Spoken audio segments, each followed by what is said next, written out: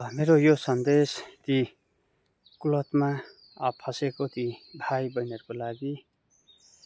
भाइ बहिनीहरू, ती कुलतबाट तिमी निस्किनु जरुरी छ, आवश्यक छ। त्यो नराम्रो कुलतले तिम्रो जीवन त त्यसै बर्बाद हुँदैछ, त्यसको साथसाथमा तिम्रो परिवारमा अशान्ति छाउँदैछ। तिमीले केही गर्नु नसके तापनि तिमीले शान्ति त दिन सक्छौ। यस कारणले गर्दा तिमी त्यो कुलतबाट निस्किने जरुरी छ, आवश्यक छ। कोसिस गर्नुपर्छ, कोसिस नै सफलताको मार्ग हो। तिम्रो ती अभिलाषाको कुरोहरूबाट पर हटिनुपर्छ, त्यसबाट निस्किनुपर्छ।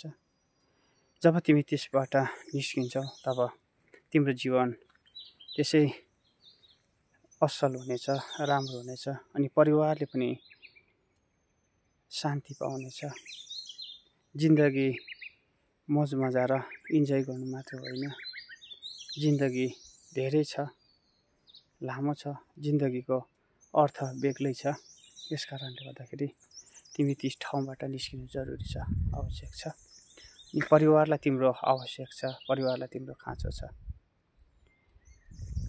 ल ती भाइ बहिनीहरूको लागि मेरो यही एउटा सन्देश छ दाजुको तर्फबाट।